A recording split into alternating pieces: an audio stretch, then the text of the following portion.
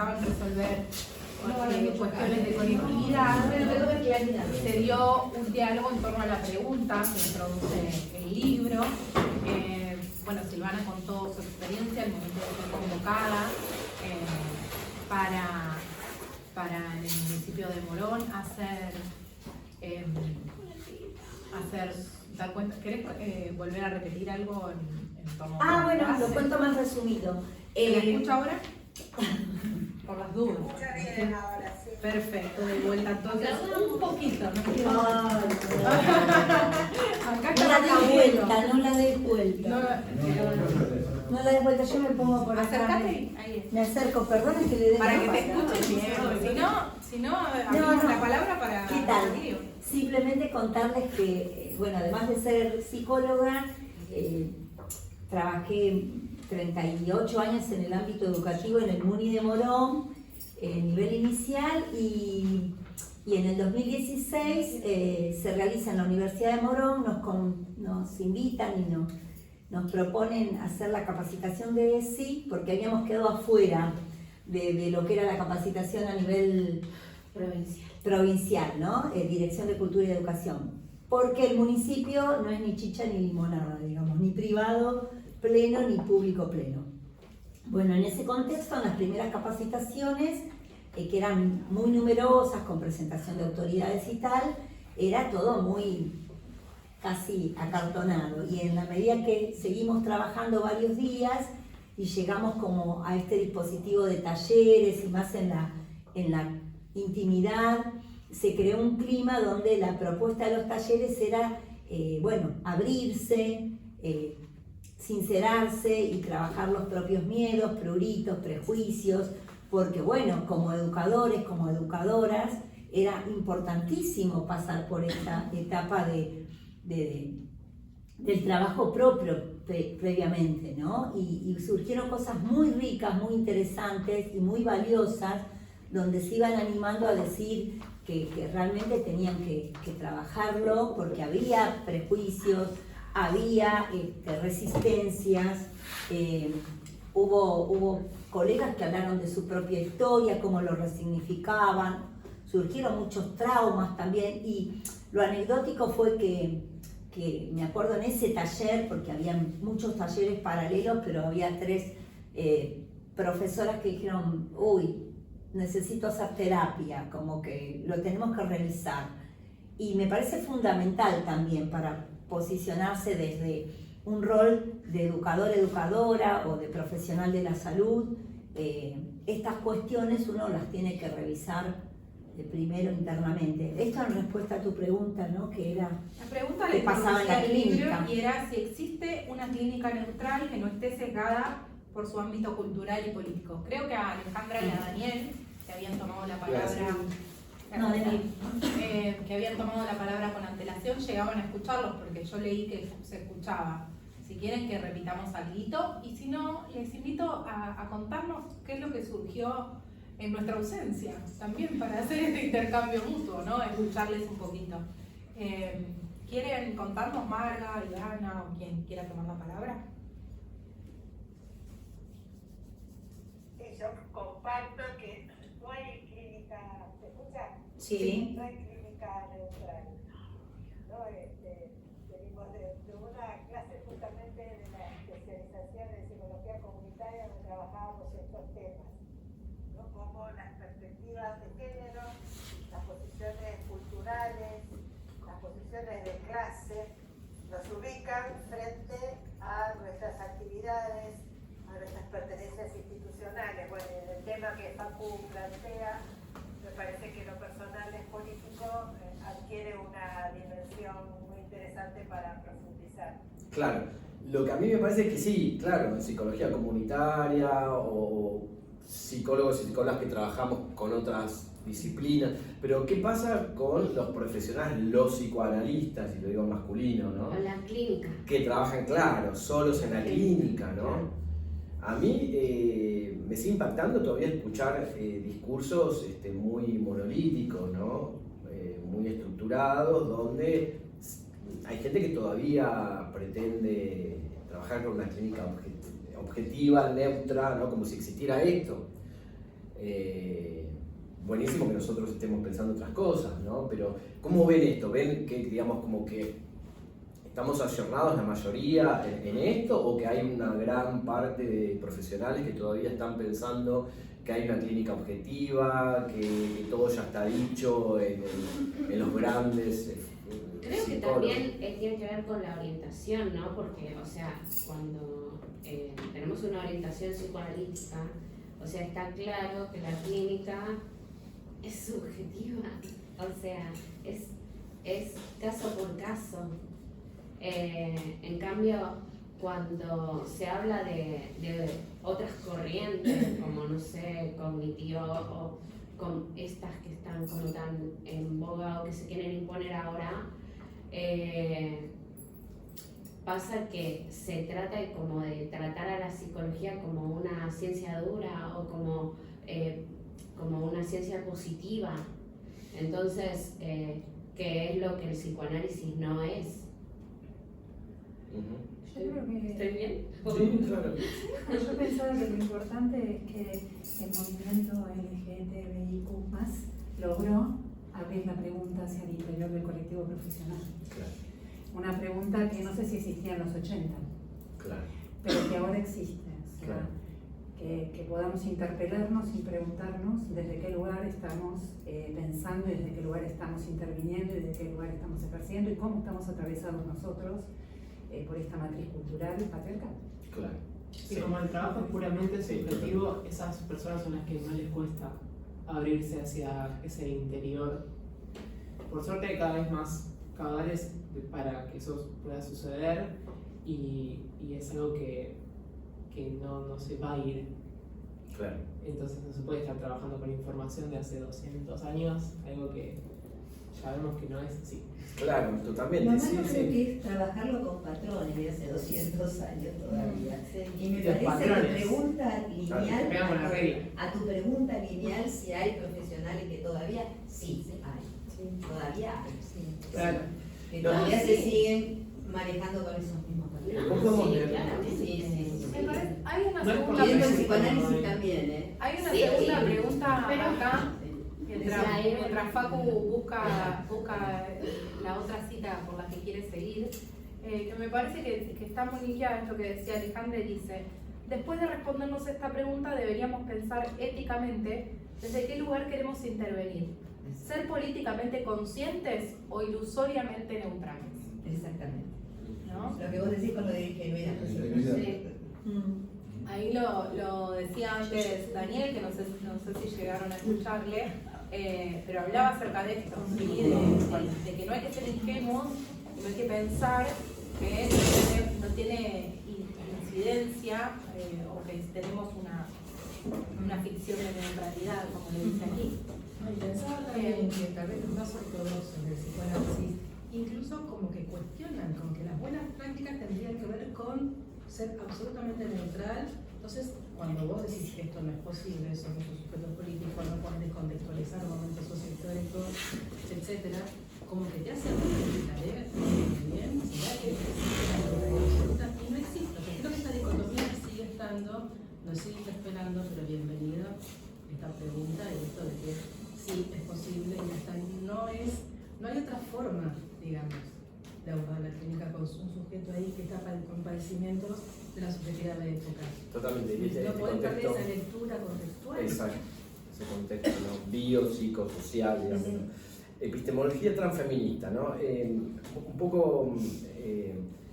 La contratapa la hizo Javier Sáenz, que es aliade de Paul Preciado. Discutieron un texto una vez que me pareció genial, que es si el amor gay es igual al amor heterosexual, ¿no? Que yo lo cito acá y me parece muy buena la pregunta en realidad, ¿no? Que hay en común, que hay en diferencia, ¿no? Porque también esta cosa de, ¿no? De a veces buscar como lo natural, que no existe, ¿no? O lo dado, que no cambia a lo largo del tiempo, ¿no? Y esto también me permitió pensar esto de que, bueno, a veces se pone como muy liviano por algunos profesionales el tema de la comunidad LGBTQ+, a la cual formo parte, los personales políticos. Antes, en otra época, cuando yo empecé a trabajar, que trabajé en un hospital en San Martín, etc., era impensable que un profesional contara cosas de su vida personal a su paciente. Contar cosas es decir, soy gay, por ejemplo. Eso es algo privado, es algo de tu intimidad, ¿no? Y acá lo personal es político, ¿no? Si uno piensa que yo tendré que contar mi sexualidad, por ejemplo, estaría como haciendo una jerarquización de lo heterosexual por arriba de lo homosexual, por ejemplo, ¿no? Y en relación a esto, que lo tomé de Diana Mafia, vamos, les quiero leer algo.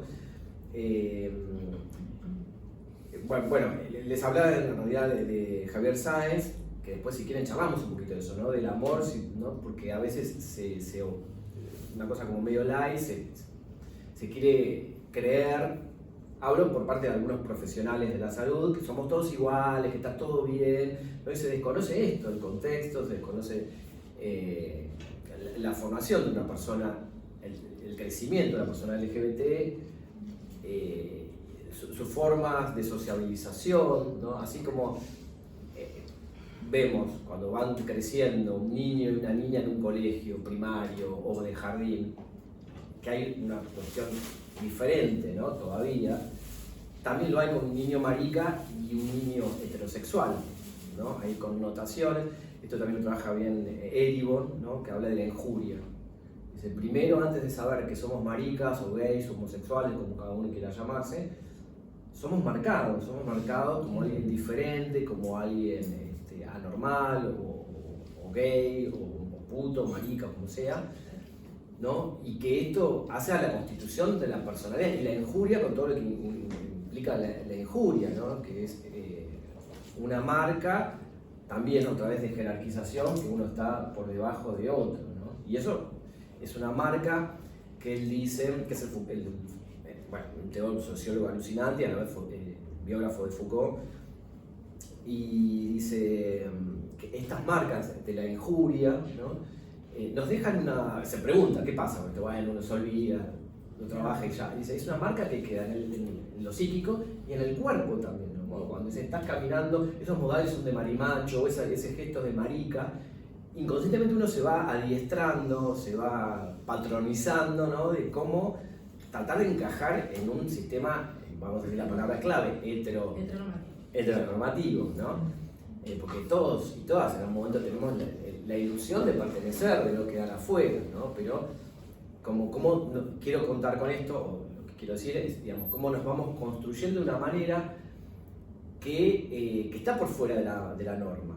Nos van dejando o nos vamos poniendo o hay algo que está por fuera de la norma, la sexualidad disidente. Entonces, relativizar eso o desconocer eso frente al tratamiento de pacientes LGBT o consultantes LGBT me parece que se puede caer en graves errores. Yo tengo un montón de ejemplos, porque gente que viene a consultarme, que me cuentan y que les pido permiso para contar los ejemplos, ¿no?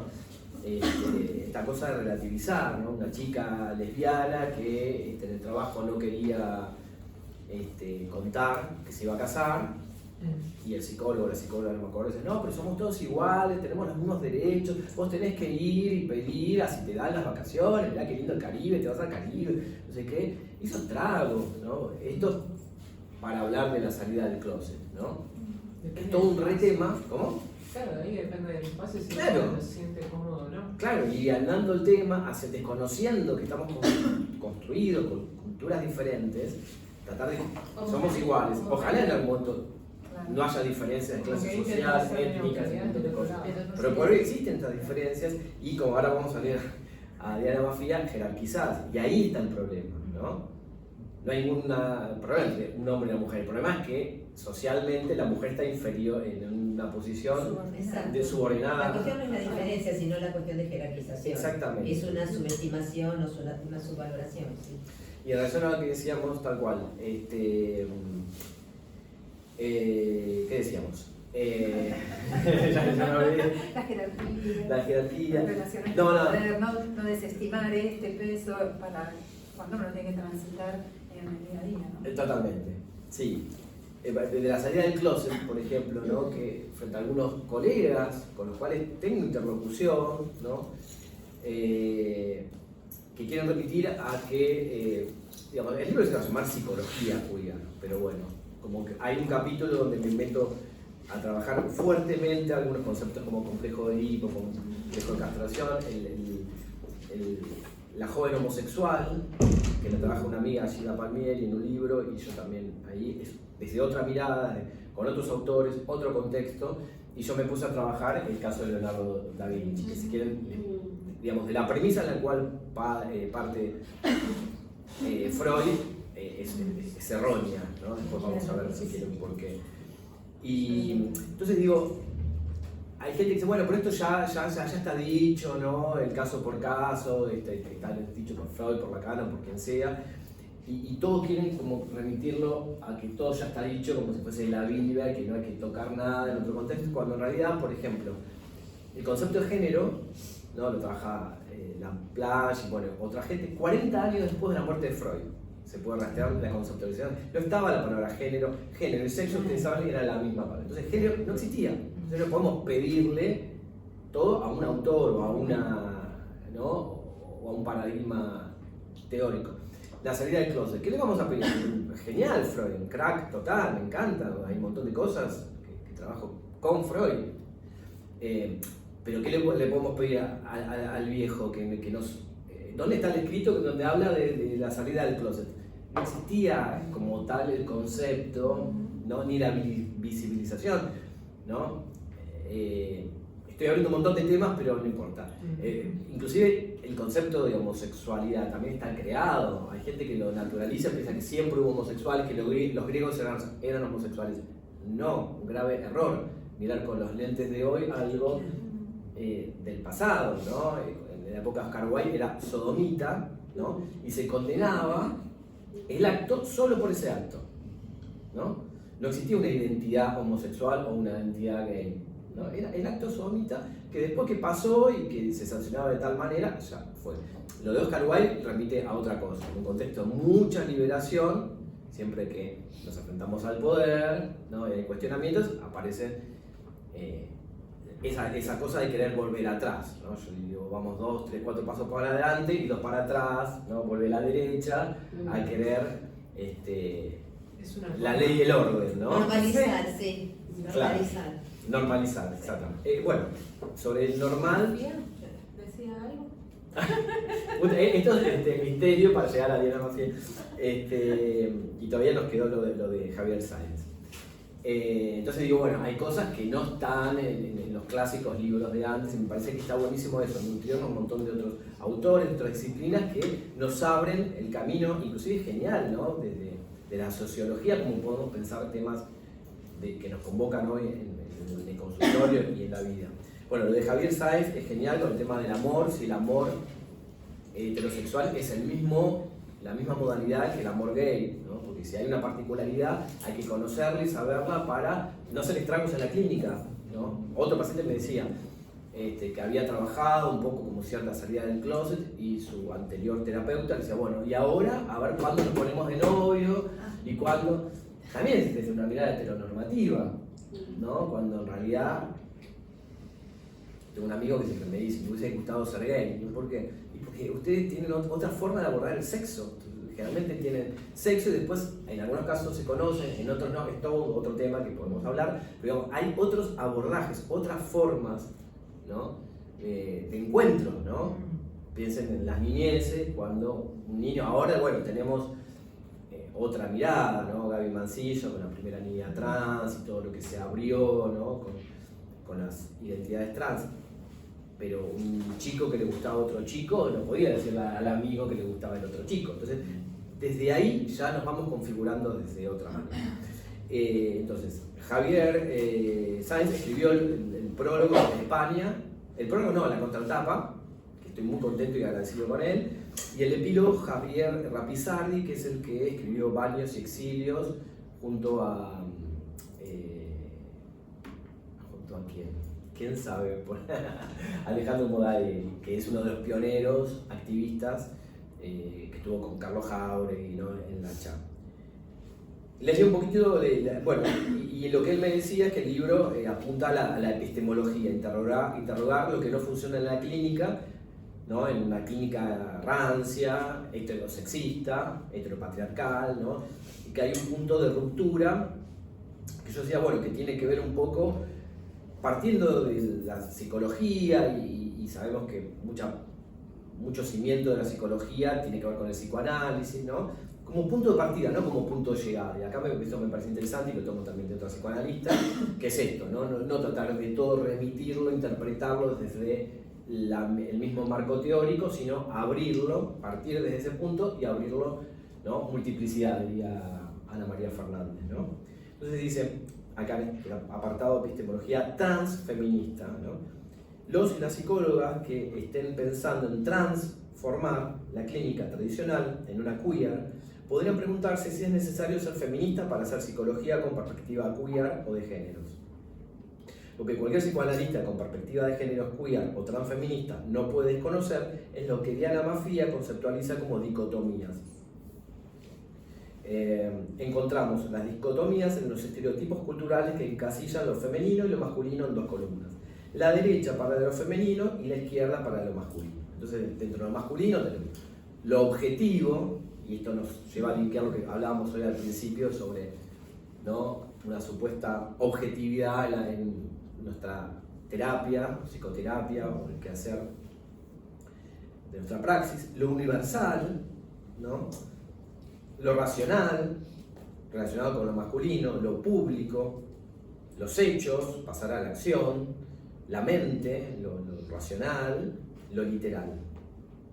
Y lo femenino, desde el imaginario social y estos constructos, está lo subjetivo, lo sensible, lo emocional, lo particular, lo concreto, lo privado, los valores, el cuerpo, lo metafórico.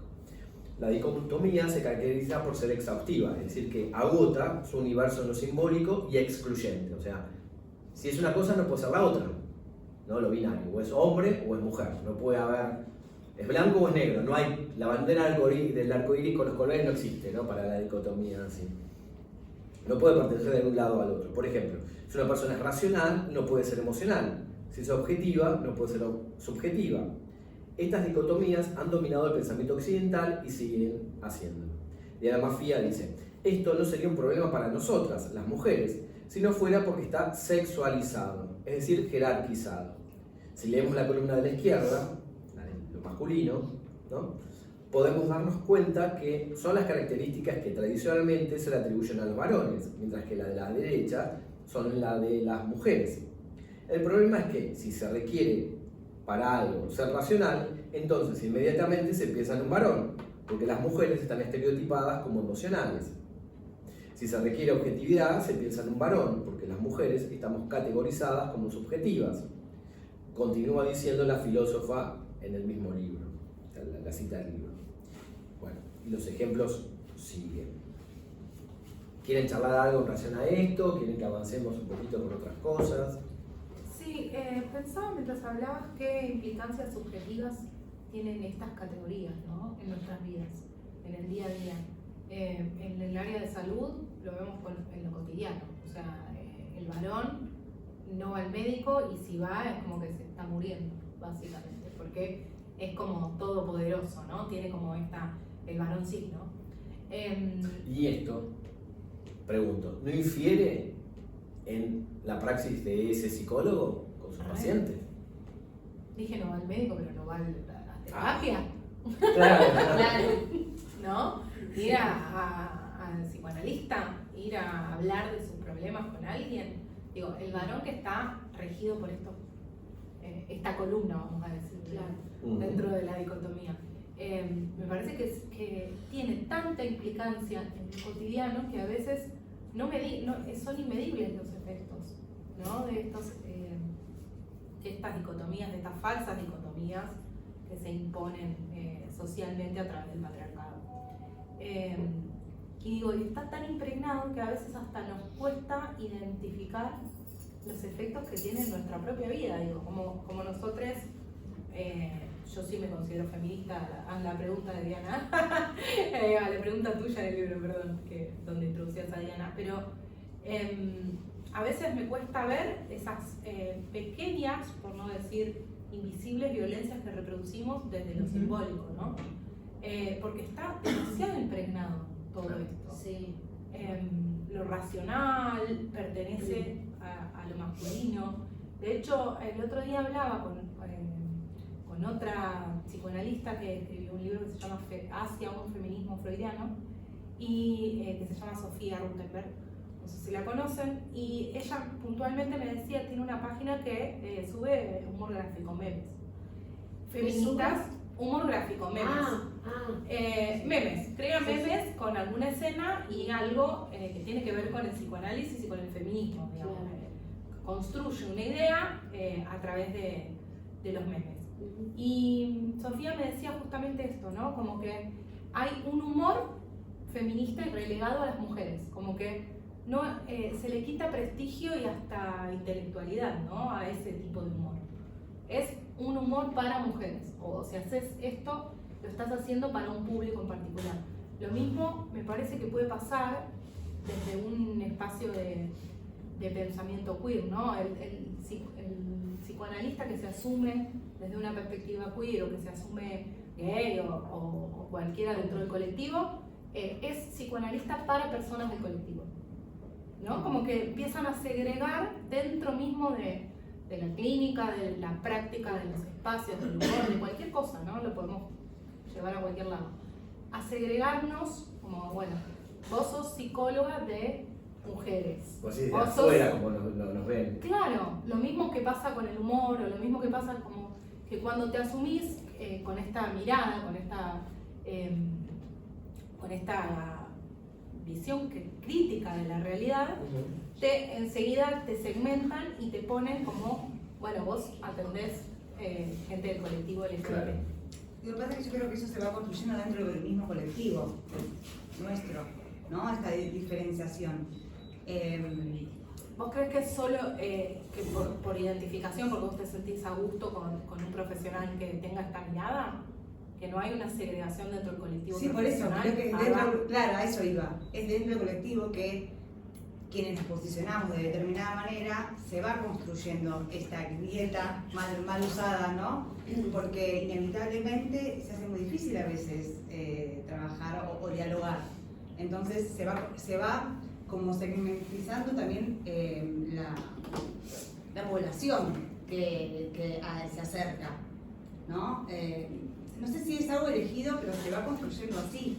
Claro, a mí lo que me pasa es dos cosas me vienen ahora a la cabeza. Por un lado, me parece que si un profesional está atravesado por la heteronorma y no está cuestionado esta heteronormatividad, va a leer e interpretar a sus pacientes desde ese lugar heteronormativo y lo va a llevar, como el ejemplo que pasaba recién, ¿no? Se supone que un hombre y una mujer en algún momento van a casarse, van a tener hijos, ¿no? Desde el prejuicio heteronormativo.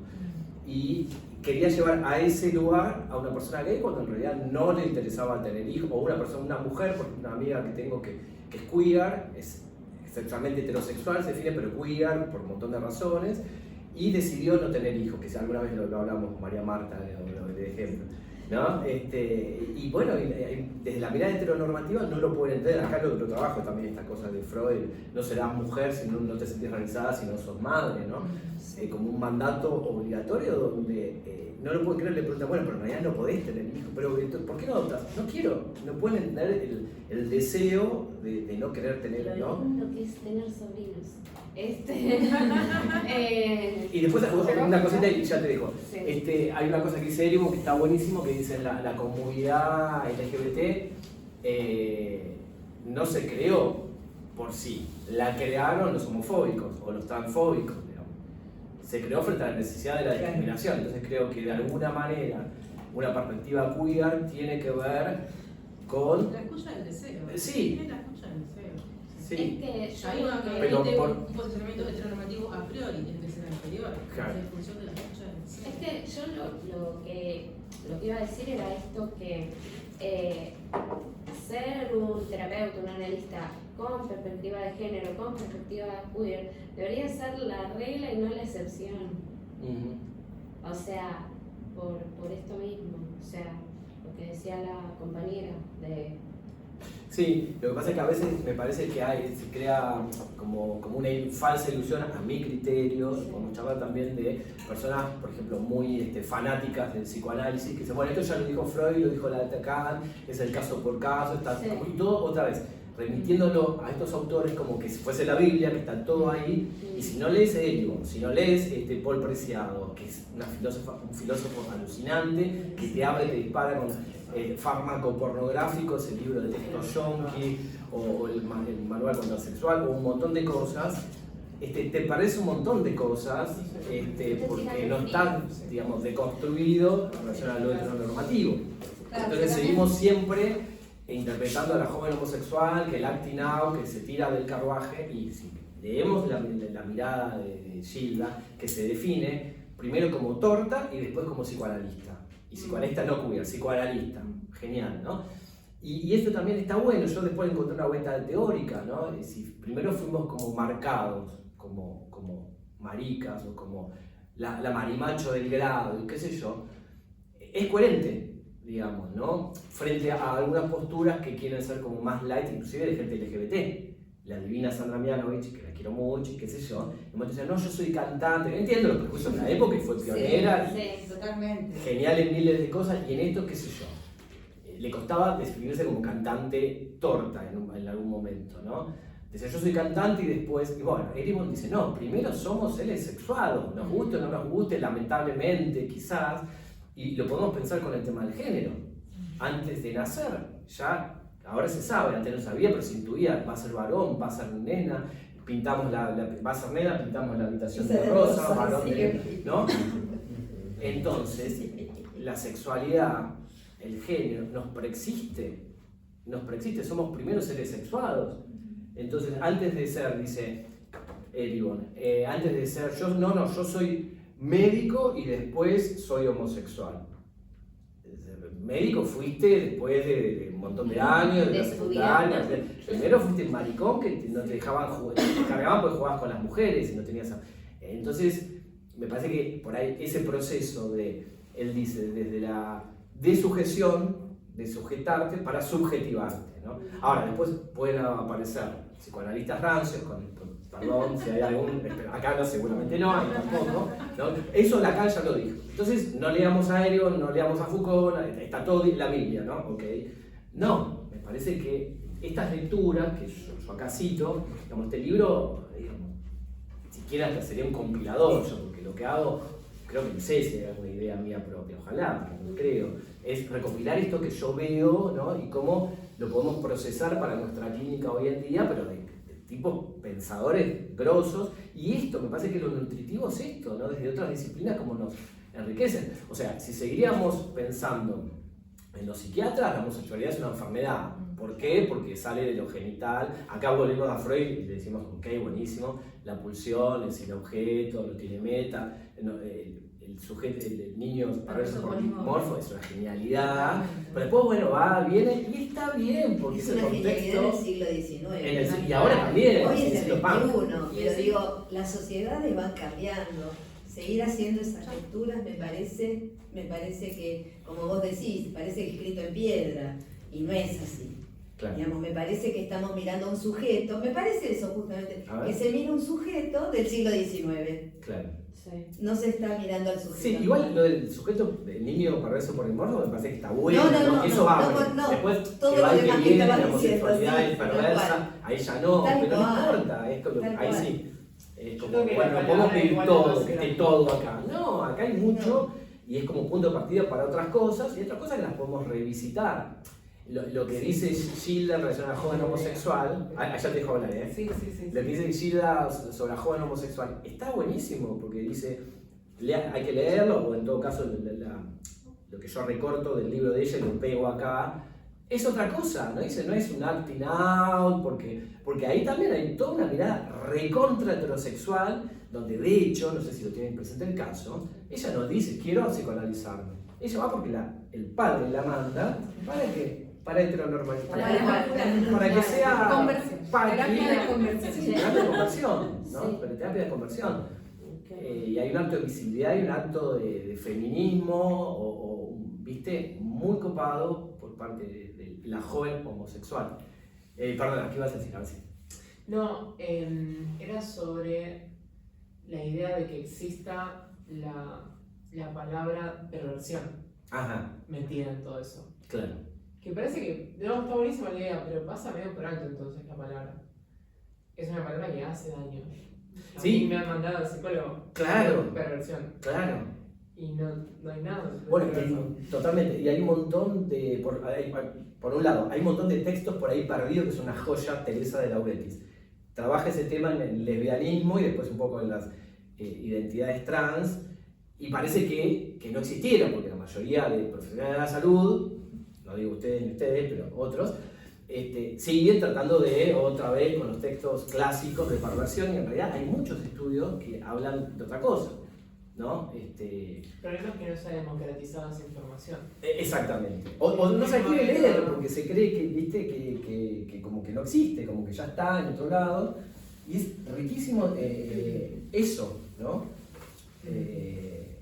Siento que es una conversación igual un poco adelantada para el contexto en el que estamos social. Todavía hay preguntas que se siguen haciendo, hay temas que se siguen... Pero está bueno porque está como entremezclado. No sé si es la realidad que yo vivo. Claro. Pero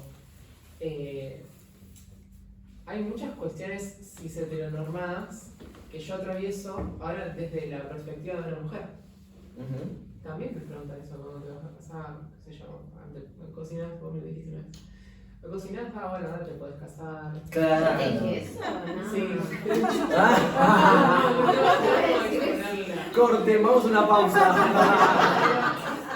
A lo que me refiero es que es algo que ya Ya estás lista. Sí, está bien incorporado, que se Incorporado. filtra, se lo filtra.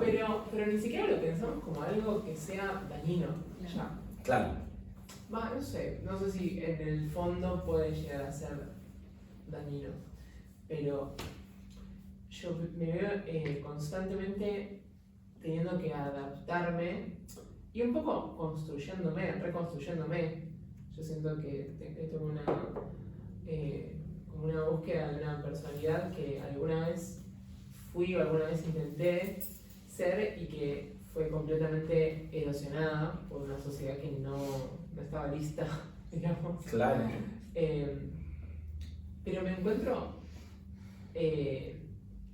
integrando un montón de cosas de la heteronorma. Claro, y vimos en este fucking contexto Tal donde cual. también Sí. tenemos un montón de cosas Sí, sí. heteronormativas, Entonces, por más que seamos siento- queer o lo que sea. Es que estamos Sí, atravesados. Claro, ¿cómo correr ese escucha? atravesamiento? Claro. Me Es todo un interesa ejercicio. también, fíjate cómo se toma, digamos, la psiquiatría o las cuestiones más conservadoras apelan a la supuesta verdad de la biología para sostener determinadas posiciones. Y en realidad es súper interesante que la gente del palo de la biología te dice, a mí no me metas en esa Claro, discusión porque no sí, tiene sí, nada que sí, ver con sí. la biología. No hay ¿no? nada O sea, más diverso que la biología, decía. exactamente, Claro, los que claro. están en el mundo de la biología no es una discusión nuestra, esto no tiene absolutamente nada que ver con la biología, pero sin embargo seguimos contraargumentando a la supuesta digamos, prioridad o supremacía de la biología. Claro, el principio de Porque es un autoridad. tema biológico. Totalmente. Argumentando el principio de autoridad. Claro, Y hay un montón de profesionales de salud que todavía siguen diagnosticando Sí, sí. y tratando de ver, ¿no? De hacer encajar a la persona a un marco Exactamente. teórico. Por eso que se arman tanto quilombo con los XXitos. Claro. Cuando Pero saben qué caras pasa. Exacto. Y eso es un problema biológico. Eso nos habla de Sí. otra dicotomía, ¿no? Ahí tenemos la dicotomía de mente-cuerpo. Y También, como claro. si la mente no estuviera en un cuerpo o estuvieran totalmente cindidos y no se pudiera, digamos, tener una identidad que incluya lo social, la historia, la vida. Ahora me pongo yo los psicoanalista sucesos que pasó. rancio. Otro- Eso ya lo dijo Freud. La verdad, Sería con la sexualidad complementar. psicológica. Pero después se desdijo, después fue, vino, después Bueno, eso es lo que pudo. Pero es genial. No, Yo claro, puedo- todo su tope también.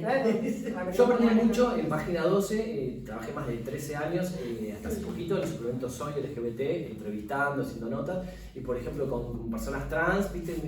Yo no tengo ningún problema con mi identidad. El problema lo tienen los demás que vienen, me tiran piedra, me dicen, muchacho, cuando me ven femenina, o sea, yo, si, como decía Luana Berkins, ¿no? Tuviera que morir y volver a nacer, volvería a ser travesti, dice, ¿no? Orgullo travesti.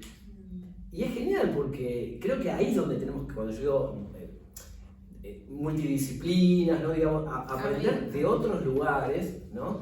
El diagnóstico,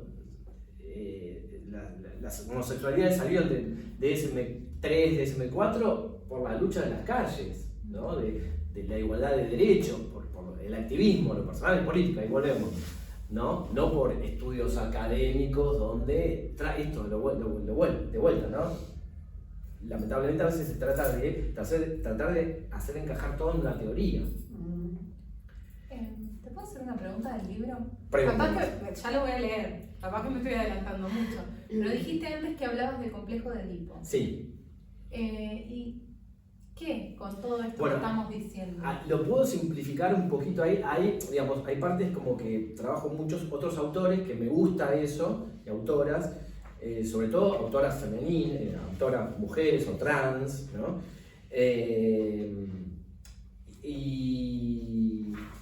Y después hay un capítulo que es como más hard, más fuerte, que es ahí donde me meto a criticar profundamente al viejo Freud, que lo amo mucho, pero bueno, ahí donde yo veo su límite, que tiene que ver con el recuerdo infantil de Leonardo da Vinci, ¿no? Porque en el año 1500 no existía el concepto de homosexualidad. Entonces él, desde su mirada, le enchufa y lo quiere leer de algo que es como que nosotros hablemos, no sé qué decir, del celular y de la pantalla no sé qué en el 1800. No podemos hablar en esos términos de la hiperdigitalización, porque no existía eso en esa época, ¿no?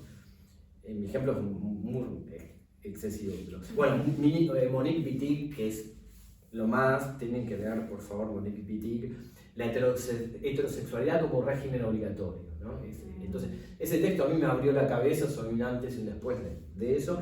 Y en este capítulo más hard, que me meto con Freud y con Lacan, El analizo... capítulo se llama El psicoanálisis, el diván. En el diván, ¿no? Ahí empiezo con el tema de la normalidad, un recorrido más teórico, ¿no? De qué era normal para Freud, qué era normal para Lacan, y después con otra mirada de otros autores, como Foucault, cosas que rescato, me parecen el punto de partida, ¿no? El objeto está perdido, la pulsión es sin objeto, genialidades como para arrancar. Después, revisando el recuerdo de Leonardo da Vinci, Freud, la homosexualidad, analizar la homosexualidad. Él analiza la homosexualidad, ¿no? La homosexualidad como síntoma para Freud, una lectura anacrónica, desmitificando el complejo de Edipo y desarticulando la castración. Los 3 complejos del complejo de Edipo lacaniano, el complejo de castración malentendido, y después Freud y Lacan también están castrados. y bueno, después una serie de prejuicios o psicologizaciones, digamos, quizás más amenas, ahí voy bajando el nivel de intensidad y de citas textuales, para ser gay hay que estar identificado con la madre, que esto era como un cliché ABC, ¿no? Tango psicoanálisis, buscando analizar lo que no es analizable. Después, bueno, ya me voy hacia otros rumbos. Es el de moda. Claro. No, sí, Vamos a por el aire. por ahí también. ¿Cómo vamos a ver ahí? Como cambiamos el modo. ¿Alguien más tiene alguna pregunta? ¿Qué? Yo Eso. estoy respondiendo, pero pueden por el chat o abriendo micrófono. ¿Quieren decir algo, cuestionar levantando la algo, mano. hablar algo de esto que estamos charlando? ¿Qué les parece? Sí, el 23 está bien. Estaba el 27, no sé. Por mí por ahí me entrego. Pobre, está ahí abajo. Bueno, les cuento un poquito. ¿Quieren decir algo, comentar algo? Si no, les cuento un poquito más cómo está hecho el libro, así brevemente.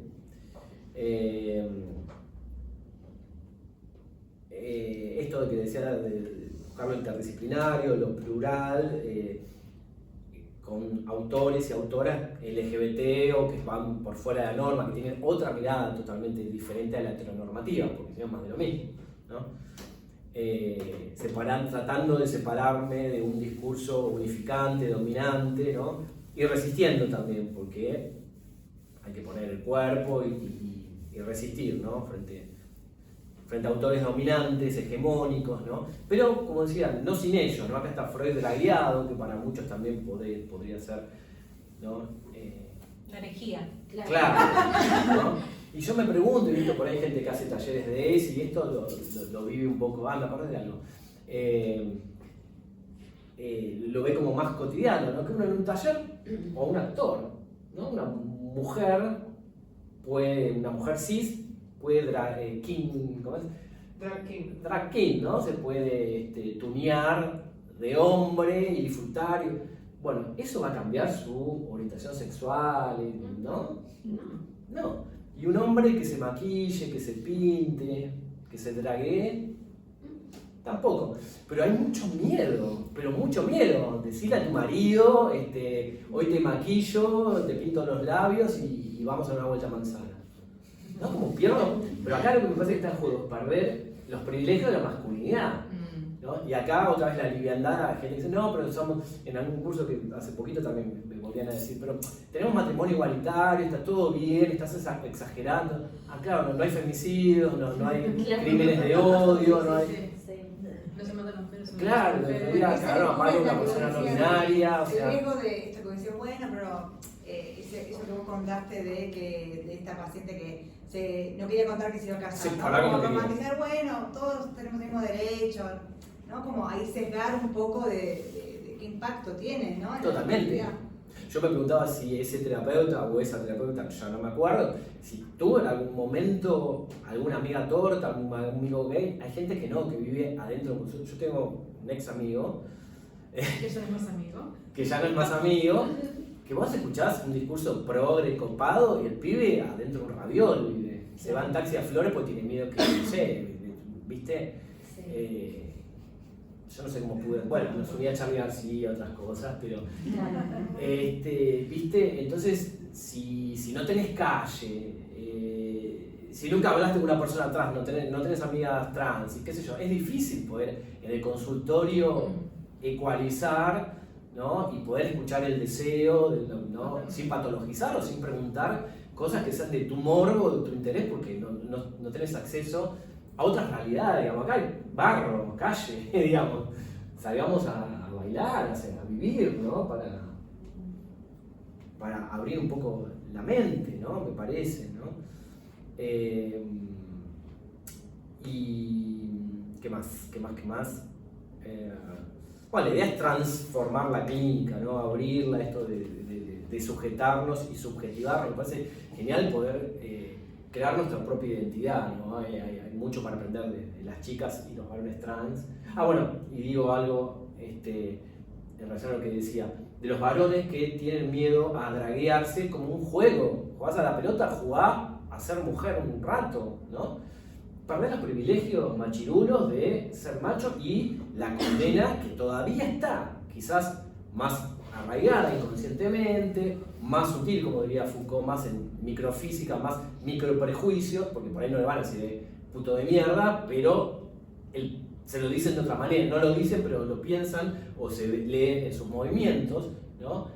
A perder masculinidad, a perder el fucking pene por ponerte algo, pintarte. O sea, el tema también, eso habla también de mucho machismo, ¿no? No querer ser mujer, como si ser mujer es inferior a ser varón. Entonces yo, ¿cómo voy a...? Una vez también una persona me decía, ¿cómo voy a denigrar a mi marido en ponerle pollera? Entonces, ¿cuál es tu mirada de la mujer? Y sos mujer, ¿viste? No, y yo pensaba también, todas las tensiones que hay en las adolescencias hoy en día, en las juventudes, esto no podemos no tener en cuenta todas las tensiones que hay en esos futuros varones o incipientes varones. Ahí hay mucho para trabajar, ¿te acordás? O sea, inmersos en esta subjetividad de época tan particular y tan compleja, en términos del discurso de hoy, de la verdad que vos iniciabas, Mari, hoy hablando de eso. El feminismo y el transfeminismo, para que siga creciendo, cuestionando, nos tenemos que involucrar hombres cis a full. Lo que pensaba Sí. es que justamente esto que decías, ¿no? De que no le puedo poner una pollera porque estoy denigrando, o no pueden jugar a pintarse o a travestirse, digamos, porque sí. Lo hacen porque pensaba, ¿no? Viajes egresados, los varones disfrazándose, si lo hacemos todos lo hago, Claro. ¿no? Y que Bueno, ahí sí, ahí sí. no pierdo soy divertido, soy gracioso, soy parte del grupo, y acá no me van a decir ni marica, ni raro, ni puto, ¿por qué? Porque estamos todos, entonces Exactamente. ahí me habilito. Totalmente. Digo, ¿cuántos se habrán habilitado en ese momento? Y por ahí lo habrán hecho en casas escondidas, Claro. ¿no? Pensaba un Sí. poco eso. Totalmente. Igual entra, Facundo, si es solamente aceptar una posición denigrante o renunciar a los emblemas de la masculinidad, porque ¿cuáles serían entonces los emblemas de la masculinidad? Lo que vos estás planteando es qué es la masculinidad en definitiva. Claro. Entonces, digamos, es una pregunta difícil de responder, estoy pensando en los varones cis, ¿no? No es solamente jugar a, no es solamente un juego, es bueno. Es perder el dominio, ¿no? De la ¿Qué es ser aprobación de varón? tus compañeros. ¿Y qué es ser varón? ¿Y qué es el varón? Claro, claro, totalmente. Esto que estamos hablando, para mí la fuerza del varón cis, de ese privilegio, es el aval y la aprobación de tus compañeros varones cis. Bueno, claro, lo que también, o sea, como lo que se busca un poco en la adolescencia, es esto de la pertenencia a un grupo. Y creo que, por lo menos lo que yo estoy observando en la calle, es que se está retrocediendo mucho en esto, en relación tanto a los varones como a las mujeres también. Chicos y chicas jóvenes de 20 años y adolescentes que son como mucho más conservadores y cómo se está como retrocediendo en derechos que fuimos ganando las mujeres, las diversidades y cómo se está viendo esto. María Marta, y ahí, ¿cuál es tu hipótesis? ¿A qué le atribuís ese cambio negativo? Ese La retroceso? bajada de línea del gobierno. Bueno, ahí está. Ese es otro de los puntos que tenemos que ver, el tema del poder, ¿no? Y lo que se habilita, ¿no? Por Claro, estos discursos de odio Totalmente. que están habilitando. Totalmente. Porque, por ejemplo, yo tengo mi sobrino que tiene 13 años y está en primer año del Nacional Buenos Aires, que es el colegio más progresista del país, ¿no? Tajantemente. Claro, ahí es el más inteligente. Que sea tu sobrino. Y el lindo. Claro. Y bueno, no, y él está en primer año, bueno, y nada, se enteraron que, no me acuerdo si chicos de segundo o de tercero, hicieron nudes con IA de compañeras. Salió en todos lados. Y, sí, desnudos. Con inteligencia artificial de compañeras y las estaban vendiendo entre los compañeros. Sí. Sí. Sí, pasó. No, bueno, entonces yo decía, si pasa esto en el Nacional de Buenos Aires, que queda para nuestro colegio.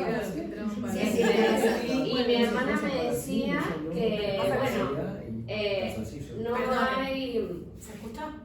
no hay presupuesto para ESI y que, bueno, o sea, está pasando esto.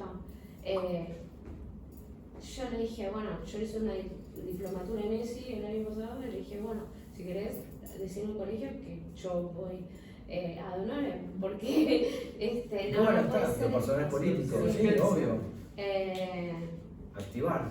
Claro, porque no es, o sea, es tremendo esto que la ESI no esté funcionando, que lo vean como por ahí como no sé, en octubre, una vez al año, en la semana de la ESI, y cuando es algo que se tiene que trabajar todo el tiempo desde el nivel inicial. Y bueno, y es terrible. Bueno, y tengo una amiga en Estados Unidos que vive en Chicago, en los suburbios, y bueno, está pasando una situación terrible de violencia de género, y nosotros, a comparación de allá, estamos en la panacea.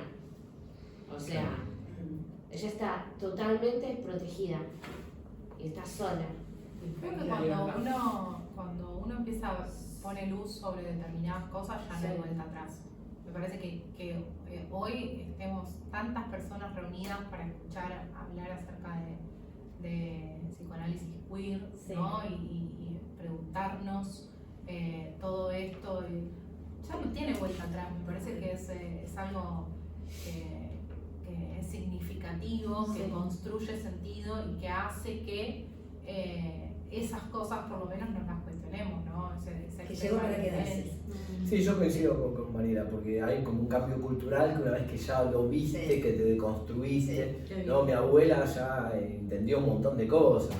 Por si ella es trans. Ay, qué bueno, qué lindo, invitar a tomar mate, ¿qué te va a decir? O sea, ya entendió. El amor no tiene género, o sea, el amor es amor. Tal cual, sí.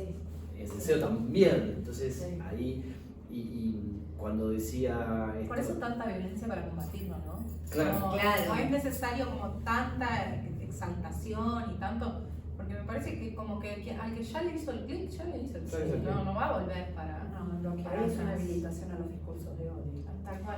Perdieron la vergüenza de decir barbaridades. exactamente, cosas que antes por ese Las redes callado sociales ahora es un hablan. problema. ¿Cómo? más grande. Las redes sociales, el Sí. anonimato que te dan las redes sociales. Sí. Porque en persona a mí nunca nadie se me ha plantado No. a decirme algo feo. Claro. Y la construcción de subjetividad también, A en cuestionarme relación mi- a las redes sociales, que quizás nos cuesta un poco más ahí trabajar sobre, bueno, no sé, a mí me cuesta también. La construcción de la sí. subjetividad, ¿te referís?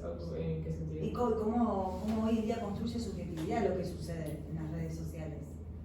Es una gran pregunta. que las personas, Claro. digamos, adaptamos o moldeamos nuestra forma de ser acorde a eso que pasa Eso que en pasa, nuestra claro. Inclusivo de Ah, es una nuestra nueva forma subjetividad. de consumir subjetividad. Claro, La que ni exacto. siquiera tenés que experimentar. Claro. Es una Exacto. realidad que te cuentan o que te la cuenta una, Claro, es una una ficción. fórmula matemática que te muestra Es cosas una que ficción. te Un gustan. algoritmo. Monique Wittig, por ejemplo, decía que la heterosexualidad como régimen obligatorio no era impuesta por un dictador, sino que estaba, ¿no? Tomando a Foucault, en un montón de lugares, como por ejemplo en la literatura. Vos leías literatura, el primer libro, novela argentina, Amanda, un hombre y una mujer que se enamora, en películas, La religión. en las religiones, en todos estos lugares Historias. culturales y qué sé yo, ahí no, está todo atravesado por lo heteronormativo como sistema de régimen obligatorio, ni hablar el ejército, ¿no? La familia, el hijo varón, y lo que ustedes dicen, claro, las redes sociales también hay como algo que está creando una subjetividad. Pero hay una dicotomía ahí, que es las redes sociales versus la vida real. Es que yo no sé, Es que ya- ni siquiera, Sí. claro. Es Yo, el que yo lo lo siento como virtual es real, ¿no? ya es real. Igual ya- lo siento como lo dice ella, me parece, digamos, había un cuento para ayudarnos a graficar, pero no me acuerdo el nombre. Contale si me acuerdo. Como que era un cuento que todo era blanco y negro y pintaban la casa de colores. Ah, lo contaste la otra vez. O había uno que pintaba la casa Sí. de blanco, azul y rojo, no me acuerdo qué tres colores elegía. Entonces otro, no, pero era como franjas así, se lo había pintado. Y había otro, entonces el rey se le oponía, que qué sé yo. Pero por imitación, como que todos empezaban a Pintar copiar de o a pintar del mismo color, o ay, si él lo tiene, yo también lo quiero. Las redes sociales son un poco eso, como te muestra algo que vos estás buscando de alguna manera. Muchas veces es como, bueno, te trae lo Porque te que confirma. Lo que lo que pasa es que confirma tu forma de no ser. hay nada de más pensar. fuerte que encontrarte con tu vecina trans sacando la basura. No hay nada más fuerte. No hay ninguna red En la social realidad. que te impacte tan duro como la realidad. Y eso para mí construye mucha más subjetividad. O sea, es la que más firme se clava en la memoria y en el registro de uno. Sí, yo, Lo que sucede en lo yo físico. creo que igual no hay que perder ese otro registro porque pasa No de hay los que jóvenes, ¿no? olvidarlo, no hay que Claro. olvidarlo, no hay que hacer cuenta Sí. que es menos, pero sí va a plantear ese debate interno en esa persona. No sé, igual se nota en la gente que siente esa incomodidad con las identidades disidentes, se nota en persona. Y se nota cómo se tambalean y cómo les cuesta, pero es que también hablo de mi experiencia en la que digo, repito, que no tuve malas situaciones. Una, porque yo le pongo mucha garra y mucha actitud a la vida y sé pararme en las situaciones. Sé que las situaciones que elijo son las que voy a poder como llevar adelante y no voy a seguir tan herida, digamos. Pero yo creo que las redes sociales están para como conseguir esa dopamina instantánea de sí, gente que piensa como yo. Pero la vida real está para entrar a cuestionar eso. Y que, por ejemplo, tenés que hacerle un favor a tu vecina trans y a vos te pasan cosas raras con esa porque andás a ver qué es lo que te pasa, porque eso ya es de puertas para dentro de la persona, es político, pero es privado también. Cada persona tendrá su problema con una identidad disidente. Sí. Pero dar una mano a esa persona, como la acción, ya te predispuso distinto. Claro. Te acercaste, estuviste al lado de esa persona, viste que es una persona real, que es una persona que no amenaza tu existencia y no pone en juego tu identidad tampoco, entonces eso ya hizo... El contacto con lo hizo real base ahí. para que- Sí. Por eso es que cada vez, esto que decíamos, que cada vez se está abriendo más este panorama. Claro. Porque Bueno, la vida real. esta presentación es virtual y Lo presencial. importante es lo que decían al principio, la necesidad de esto, de reunirnos, de encontrarnos, de también estar en la presencialidad, Ni siquiera lo virtual de es tan cara a fuerte. cara. Sí. Yo les quería contar unas cositas más y creo que ya por ahí podemos ir cerrando, ¿no? Algunos temitas que trabajan como el abuso de la implicación subjetiva, ¿no? Que a veces es todo responsabilidad, sigue existiendo esta mirada muy rancia o tradicional de que todo es del paciente, digamos, y se pierde de vista el contexto, ¿no? O sea, una persona violentada, bueno, pero vos te buscaste meterte en ese lugar, no, o sea, ¿qué culpa tengo que haya tipos violentos y me caen a piedrazos? O sea, y conocer también los lugares de encuentro, los lugares de encuentro. Bueno, vos te metiste en los bosques de Palermo. Bueno, pues son lugares tradicionales, lugares de encuentro, diferentes a los heterosexuales, no por eso inferiores o superiores, pero este desconocimiento me parece que hace al posicionamiento del profesional en la clínica, ¿no? Desde el lugar donde interpreta o desde el lugar donde se mueve. Entonces, por eso me parece que está bueno esto, ¿no? Abrir o la psicologización, Perdón, ¿a qué vas con lo de los bosques? No, eso Que también. por Yo ejemplo, tampoco lo entendí. bueno, genial, buenísimo que pregunten. Una persona que va a psicoanalizarse o a su terapeuta o a su analista y le dice que fue a tener un encuentro con una persona de su mismo sexo, una persona trans, y le robaron. Bueno, lo escuché, ¿no? ¿Y para qué te metes en esos lugares peligrosos? Porque vos estás en cruising. Mucha gente por ahí atiende pacientes LGBT, como me lo cuentan, no saben lo que es cruising o lo que es glory hole. Ni hablar si un paciente que disfruta del sadomasoquismo, la psicologización. De chico te pegaron, entonces vos querés pegar. No entendiste nada, o sea, no sabe nada en ese punto. Sabrá repetirá el seminario 7 de Lacan de pe a pa, pero el punto no sabe nada. Leía Foucault, por eso acá yo lo que hago es tratar de abrir para que te den ganas de ir a leer Foucault. Dice, el sadomasoquismo es una cosa totalmente consensuado, lo más alejado de la violencia que hay, ¿no? Es erotizar el poder que no se tiene cuando hay resistencia. Entonces te abre la cabeza para entender un montón de otras cosas y no volvemos a pene-vagina, ¿viste? Entonces, bueno, está lleno de eso, de exceso de implicación subjetiva. Entonces, encima que te robaron, que te cagaron a palo por tener un encuentro sexual en un lugar no convencional, no heteronormativo, vos tuviste la culpa. Te robaron y vos tenés la culpa, ¿viste? O sea, te robaron, la culpa la tiene el fucking chorro que te robó, o sea, no vos, ¿viste? A ver, ¿por qué te metes en lugares peligrosos? Es como decir, o sea, Toda la vida que- estuvimos en que lugares... violaron a una chica porque andaba con polleras. Exactamente. O sea, es lo mismo. Es lo mismo, es lo mismo, va por ahí. Y les quería, para así cerrar, el síntoma también es político, hace una clínica psicoanalítica queer, qué sé yo. Algo, bueno, se los cuento porque no lo encuentro. Paul B. Preciado fue invitado a la Escuela Freudiana Internacional de París, ¿cómo se llama? La Escuela, la cosa Freudiana. Bueno, tal, una cita textual. Rompió todo. No te escucho. Rompió todo. Sí, había Le más movió de, el piso. más de 350 personas hace poquito, 4 años, ¿no? Dice, bueno, ¿cuántos psicoanalistas gays hay en la sala? Se empezaron a reír, pasaron 3 minutos, nadie, en un momento uno levantó la mano y dice, bueno, está bueno que a pesar de estos 50 y pico de años salgas del closet. ¿Cuántos psicoanalistas trans hay en la sala? ¿no? Bueno, y eso habla también de la formación. No se podía ser psicoanalista en la APA, ¿hasta cuánto? Hasta hace muy poquitos años, hasta los 90, estaba en el mismo estatuto de la enfermedad, el alcoholismo y la homosexualidad. Tenías que reprimir tu homosexualidad o esconderla, ahí no podías ser político, ¿no? Ser vos mismo, digamos. ¿no? Bueno, eso es político. Y eso es político, ¿no? Y tener que esconderte. ¿Cuántos psicoanalistas trans hay? Eso es político.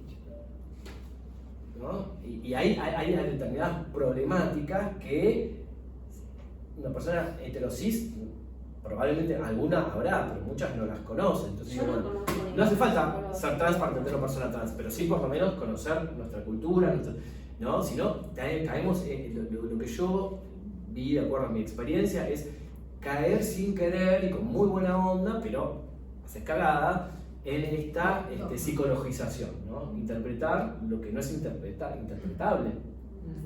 ¿no? Y tratar de... muy temprano.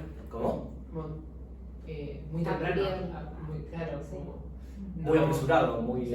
anticiparse, sí. Sí, como no escuchar o indagar alrededor de la pregunta Sí. que vos tenés, pero como recabar un poco más de información. Igual, Claro, pero por ejemplo- no tiene que ver solo con la Llamamiento práctica. constante. ¿Cómo? Búsqueda constante. Búsqueda constante. De allanamiento constante, no hacer dogmas. Claro, pero por ejemplo, una persona trans que hace unos años que me vino a ver, que sigo atendiéndola, me decía, la primera sesión me lo dijo, con vos me sentí cómoda. Ah, bueno, buenísimo, no era la idea, le dije, un chiste, ¿no? Digo, ¿pero por qué te sentiste cómoda? Me dice, porque no diste por obvio que porque me ves una chica trans, me gustan los varones. Digo, no, y obvio, ¿cómo voy a...? No, porque otra vez, en la pregunta anterior me preguntaba si yo tenía novio. Y yo no volví más, ¿no? Cosas como, aparte, muy básicas, ¿no? O tratar, bueno, antes de transicionar, ¿cómo era tu nombre? ¿Qué te importa? O sea, hay una identidad que uno se construye. ¿Eso le preguntaron? No, bueno. En algunos casos preguntaron eso también, hace muchos años. Ah, bueno, sí.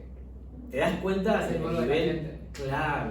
Pero yo creo que no lo hacen con mala onda. No, es no. de la ignorancia, No, de como desconocer decimos- cómo se construyó la identidad. Lo que pasa Y en vez de festejar una identidad sana, que va para adelante, es tratar de psicologizar lo que no es psicologizable, ¿no? ¿Qué decías? Sí, o sea, es como entiende, creo que también es como entiende el conjunto de la sociedad a las personas trans.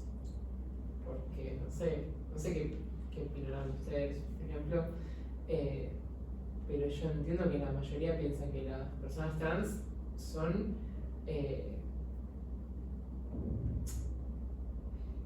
que no pasa por el sentir más profundo desde la vivencia, sino solo por una cuestión puramente de atracción sexual. Claro, La gente piensa que es una orientación sexual ser trans. claro. Y no una Y es- identidad. Y no identitario. Es más profundo, Claro. no sé si existe una categoría, no sé cómo se No llama. sé si esa más o menos categoría. profundo, pero tiene que ver con una percepción propia, tiene que ver con la identidad y con Claro, la es una expresión del identidad. género. Claro. O sea, no sé si está más profundo. Y orientación sexual es otra cosa. Claro, son dos Expresión, cosas expresión de completamente género. distintas. Identidad Expresión de género, claro. Y expresión. Claro, sí. Digo, las dos cosas. Ah, de Digo, de no eso es yo iba a profundo. hablar. No es profundo ni Eh, exterior. Son las dos cosas, por eso es tu identidad. Sí. Digo, está en la superficie y está en lo profundo también. No es que es más profundo o menos profundo. Y hay gente que no lo entiende de esa manera. O por Puede ahí la ser. La sociedad mayoría no de sabe, no sabe qué hacer, ¿no? Antes no se veía, ahora no sabe qué hacer. Claro. Sí, Ahora es que- o sea, vos por ser trans ¿Dónde lo ponemos? tenés, Es que creo que estamos en el tenés, cambio de paradigma, ¿no? identificado Empezando en esa cuestión de Sí, de época de Claro, transición. comodidad. como una mujer Sí, trans. me parece Hay que una frase que me encanta que dice, the future es queer, el futuro es queer, en algún momento, hoy por ahí necesitamos las siglas LGBTIQ+, y muchas más. Una vez, en página 12 me mandaron cuento cerramos, ¿no? A entrevistar a unos hombres pajeros, ¿no? Y ellos decían que querían LGBT y la P de pajero. ¿No? Y al principio yo también, hace 20 años atrás, digo, bueno, homosexuales reprimidos, bisexuales. Me convencieron de que no. Les gustaba eso. Uno me dio ejemplos muy bizarros, todo su contrario sexual, todo lo que probó, y que no, lo que le gustaba era eso, estar entre hombres pajeándose, ¿no? ¿Por qué no entenderlo, digamos, cada uno, ¿no? Y no psicologizarlo, y no patologizarlo. Claro. Entonces digo, hoy por hoy quizás necesitamos, ¿no? Frente a una supuesta pregunta, si alguien me está preguntando, ¿por qué tenés que decir que sos gay, Facu? Bueno, porque hoy me parece que lo personal es político, que hoy todavía es necesario visibilizarnos, ¿no? Esto es una propuesta política, por ejemplo, de la CHAN en el año 84, que se tomó desde otros lugares, donde, ¿se acuerdan la tapa de la revista 7 días? Salió Carlos Jauregui abrazado con su pareja, supuesta pareja, no era la pareja, pero... y hablaba de los riesgos de ser homosexual en la Argentina, año 84, un año de democracia, ¿no? Entonces, él era el primer homosexual que salió en la historia, públicamente, ¿no? En la etapa, haciéndose cargo y asumiéndolo. Entonces me parece que hoy, frente a la violencia que hay, me parece que está bueno no sentir vergüenza y decirlo, y serlo, y mostrarse. Y en algún momento quizás no va a hacer falta, ¿no? El futuro queer, donde no va a haber, nos asignen un género antes de nacer y tengamos que asumir ese género o rebelarnos frente a ese género. No va a haber la salita rosa para la, ¿no? Con los juguetes. Sí, con el sexo biológico. Claro. Probablemente no importa. Vamos a eso, quiero creer.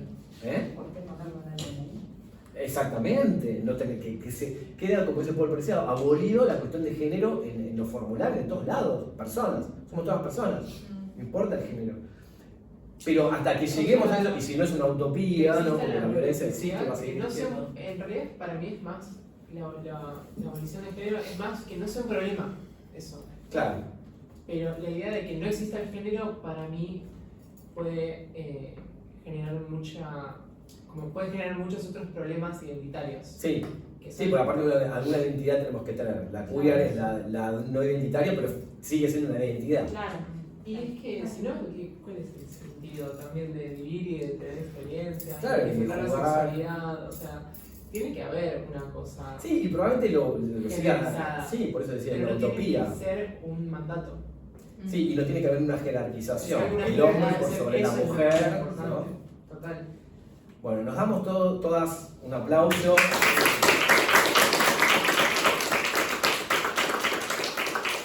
¿Hay una pregunta o algo para poner ¿Quiere Mariela? hacer alguna apreciación, alguna pregunta de quienes están virtualmente? Porque acá no paramos.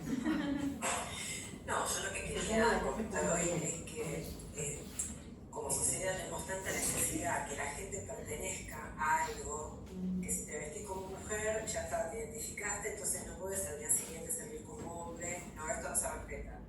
Si bien está todo llevando a un cambio, es más rápido el cambio visible de lo exterior que lo que la gente puede llegar a metabolizar de todo este cambio, ¿no?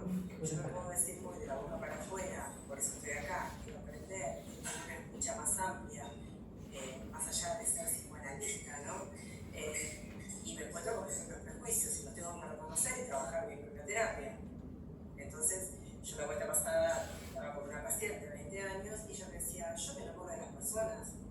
Yo no, porque los padres tenían el problema de que estaba en pareja con un nene de 20 años, un chico, que tenía rasgos femeninos. Entonces, ¿qué es? Le decía a mi padre, ¿no? Yo decía, yo me enamoro de las personas. Y esa frase tan sencilla hizo que yo empezara a necesitar otra escucha. Eso es una persona que de Facu, por eso estoy en este. Por eso le pedí Lo tiene, preguntó la página antes. Sí. Para irnos siguiendo. Eso, para ir siguiéndonos.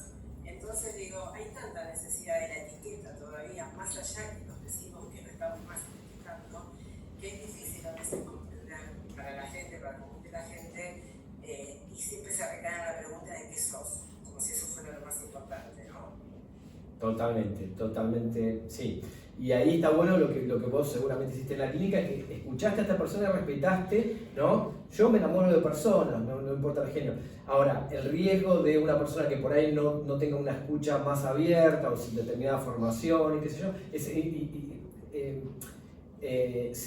psicologizar eso, ¿no? Problematizar como si eso fuese un síntoma, desde una mirada heteronormativa, entonces no, tenés que definirte y tenés que enamorarte de un género en particular, ahora un poquito más abierto, ¿no? Entonces, de un hombre o de una mujer, antes era, si era hombre, tenés que enamorar a una mujer y viceversa, ¿no?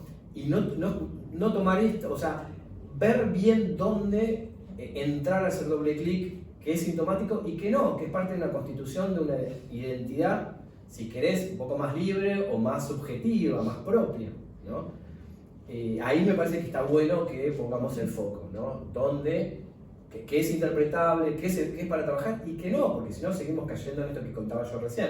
Una persona que cuenta una experiencia BDSM, sadomasoquista, bueno, viste, remitir al pasado, a ver qué trauma tiene, está jugando con su sexualidad.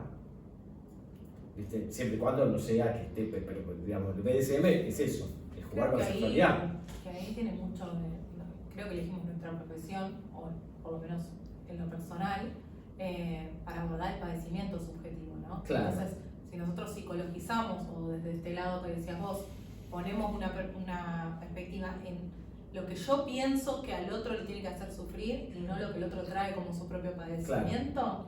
Pero viste que a veces se prioriza la teoría, ¿no? Tal cual, entonces por eso. lo que le hace ruido porque no encaja en los libros, ¿no?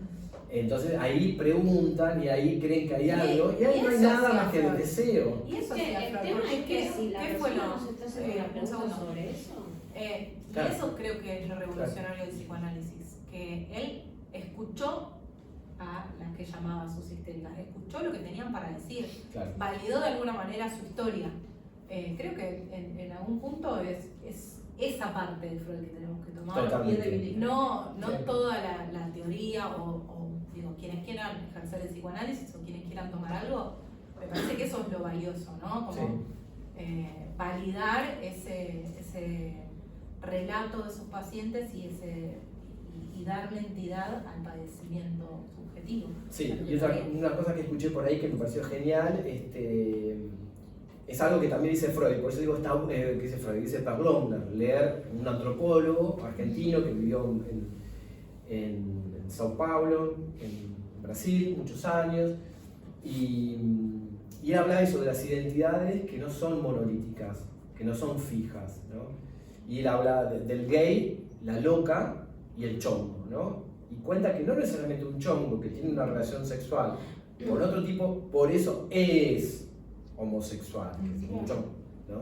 Creían eso.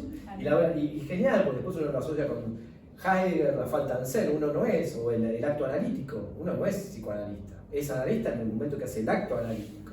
Entonces, me parece que por eso digo, diversificar, abrirnos a otros autores y autoras que por ahí nos hacen abrir un poco más y no caer en errores de otras disciplinas y de otras disciplinas, la antropología. Bueno, Lacan tomaba a Lévi-Strauss, totalmente lingüística. Gay Rabin después critica a Lévi-Strauss y hay que leerla, Sí. ¿no? Porque las mujeres, como un texto que me pasó María Marta, como objetos de intercambio. Entonces, la mujer ahí otra vez como un objeto, como una pelota de ping-pong. No. Pero bueno, en su momento sirvió para conceptualizar algo. Ahora podemos leer a Gay Rabin o Rubin, esta antropóloga, que tiene otra mirada, feminista y transfeminista. Entonces digo, avancemos en ese sentido. Yo propongo eso, leer a Facu Soto. No, leer. También. No, leer autoras mujeres, filósofas, filósofos, personas trans, inclusive que no tengan una formación académica. Aprendemos muchísimo. ¿Dónde consiguen tu libro? Hoy acá, y después por Mercado Libre y más adelante en algunas cadenas tipo Jenny, Ateneo. Y aquí mismo en el colegio Bueno, el psicólogo van a me poder no sé comprar. qué, ¿Sí? Quienes no lo tengan. Bueno, muchas gracias por compartir.